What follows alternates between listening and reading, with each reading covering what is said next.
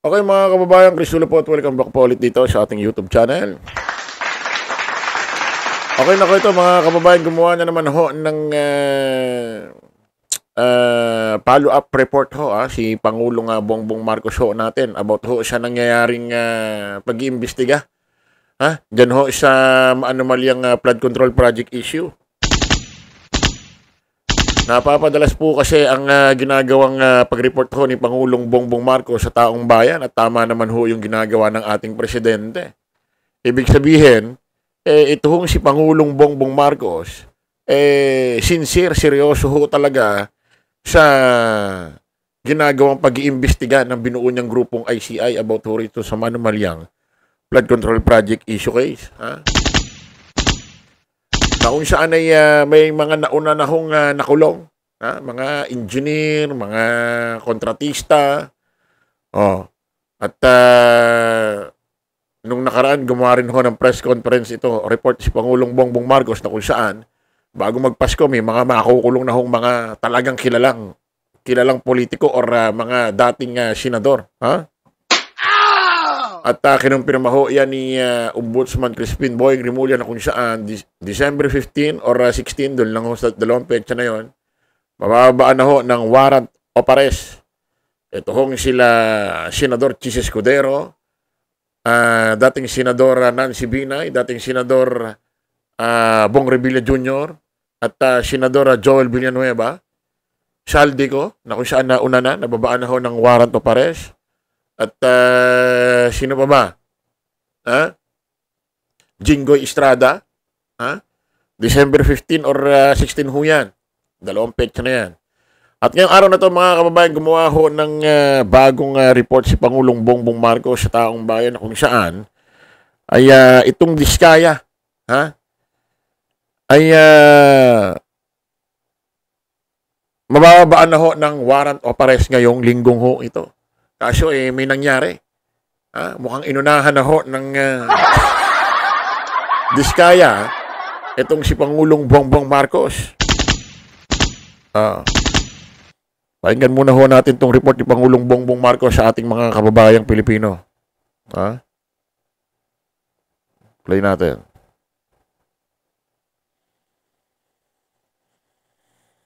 Magandang araw po sa inyo lahat. Mga kababayan ko, naglabas na ang Court of Appeals ng freeze order laban sa mga bank account, ari-arian at sasakyang panghimpapawid na may kaugnayan sa mga anomalyang flood control project na iniimbestigahan ngayon ng gobyerno. Sakop ng freeze order ang mga account at ari-arian ng Silver Wolves Construction Corporation at Skyyard Aviation Corporation. Pati na rin ang mga personal account at asset ng mga individual na nasangkot sa investigasyon. Kabilang ay si Congressman Eric Yap at Ed Vic Yap. May mahigit 16 billion na ang pumasok sa mga transaksyon ng Silver Wolves mula 2022 hanggang 2025. Nakaramihan ay may kaugnayan sa mga flood control project ng DPWH. Kabuuang 280 bank account ang na-freeze, 22 insurance policy, 3 securities account. Teka muna, nakakasya ka, no? Isipin mo yung freeze ng AMLAC, 280 bank accounts.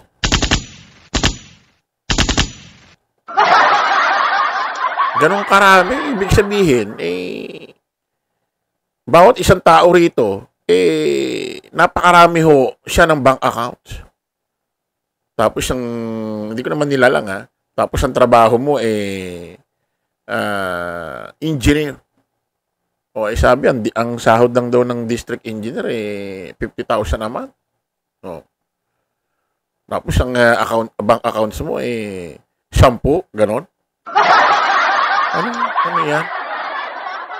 At 8 sasakyang panghimpapawid, kabilang ang mga eroplano at helicopter na konektado sa Skyyard Aviation. Kailangan natin ang mga freeze order na ito para hindi maibenta ang mga ari-arian at para maibalik natin sa ating mga kababayan ang bawat pisong pinaghihinalaang ninakaw. Meron ding 8 taga-dito. Teka muna. Kailangan ho kasi yun ma-freeze na. Baka maibenta pa. Especially mga bank accounts, baka maisalin pa kung kani-kaninong tao. Pero mamomonitor pa rin kasi yan ng bangko eh. Ako, may nababalitaan ako eh. Halimbawa, ako si Saldi ko. Nilipat ko yung pera ko sa bangkong ganito, malalaman yan. Pati yun, mapiprease. Madadamay. Yun ho yun. Malalaman ng bangko yan. Tuloy natin. PWH sa Davao Occidental na nagpadala na ng sulat na sila ay magsusurrender sa NBI dahil sa hinaharap nilang mga kaso. Inaasahan na rin nating lalabas ang warrant of arrest na ni Sara Diskaya itong linggong ito at hindi na rin magtatagal ang pag-aresto sa kanya. Magpapatuloy ang investigasyon, magpapatuloy ang pagpapanagot at titiyakin ng pamahalaan na ang pera ng bayan ay maibabalik sa taong bayan.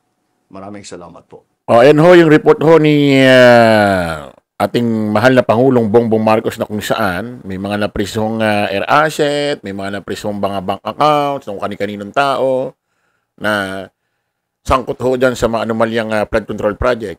Ang isa ho sa mga pinaka-highlights ho rito sa ginawang report ni Pangulong Bongbong Marcos dito sa ating mamamayang Pilipino, itong si Sara Diskaya. Pag Sara talaga ang pangalan, ano? Walang matinong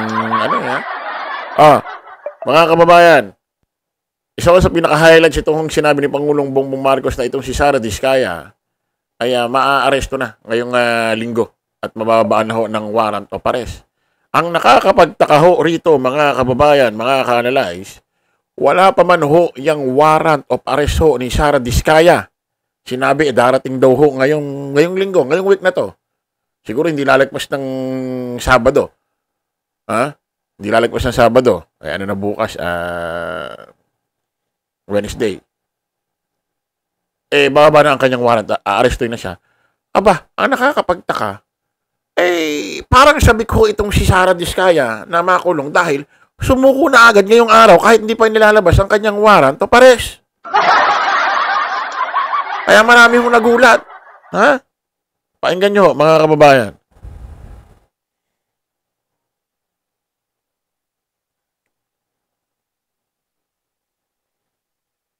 Nangyari.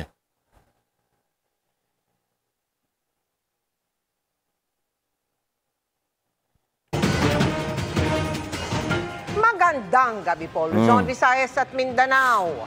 Sumuko sa NBI ang negosyanteng si Sara Diskaya kasunod ng anunsyo ni Pangulong Bongbong Marcos na i-issuehan si Diskaya ng warrant of arrest ngayong linggo. Inaasahang ilalabas ang warrant ng Digos City Regional Trial Court dahil sa kasong kaugnay ng isang flood control project sa Davao Occidental. Sumuko naman sa Pasig Police ang pamangkin ni Diskaya na kapwa-akusado niya at opisyal din ng kanyang kumpanya. Nakatutok live si John Consulta. John. Mel, Emil, Vicky, sumuko nga itong negosyanteng si Sara Diskaya dito sa tanggapan ng National Bureau of Investigation o NBI dito sa Pasay City. Isang araw yan matapos i-anunsyo ni Pangulong Bongbong Marcos na lalabas na ang warrant of arrest laban kay Diskaya sa loob ng linggong ito. Pasado alas 10 ng umaga kanina nang dumating sa headquarters ng NBI sa Pasay City ang kontraktor na si Sara Diskaya kasama kanyang abogado at kaanak. Naka-face mask nang dumating si Diskaya na nagtungo raw sa NBI para raw sumuko. Nakunan din namin ang pagdating ng isang maleta na dala ng isang babae na isinakay sa elevator at iniakyat sa palapag kung nasaan si Diskaya. Nangyari ang pagsuko sa gitna ng anunsyo ni Pangulong Marcos na anumang araw ngayon linggo ay lalabas na ang warrant of arrest laban kay Diskaya. Matatandaan noong Biyernes, naghain na ng kaso malversation at paglabag sa Anti-Graft and Corrupt Practices Act ang ombudsman laban kay Diskaya at ilan pang individual. Kaugnay ito sa isang ghost flood control project sa Kulaman Jose Abad Santos, Davao Occidental na proyekto ng St. Timothy Construction Corporation, isa sa mga kumpanya ng pamilya Diskaya. Ayon sa source ng GMA Integrated News, ngayong araw daw nagpahiwatig ng pagsuko si Diskaya sa isang regional officer ng NBI na siyang nag-facilitate ng pagsuko ng bilyonaryong negosyante. Bantay sarado siya ng mga ahente nang dumating sa NBI. Ayon sa isa pa naming source, hinihintay nila ang formal na paglabas ng warrant of arrest laban kay Diskaya. Manggagaling pa ang warrant of arrest sa Digos City Regional Trial Court sa Davao Occidental. Sa oras na mangyari ito, posibleng magsagawa ng return of warrant ang mga otoridad kung saan kakailanganing iharap si Diskaya at ibalik ang warrant sa korte nag-issue nito. Hindi kasama ni Diskaya ang asawang si Curly na nakadetain pa rin sa Senado matapos ipakontempt dahil sa umano'y pagsisinungaling. Bukod kay Diskaya, sumuko na rin sa Pasig City Police ang kanyang pamangkin at kapwa-akusado na si Maria Roma Angeline Rimando na isa sa mga opisyal ng St. Timothy Construction. Kinumpirma yan ng kanyang abogado.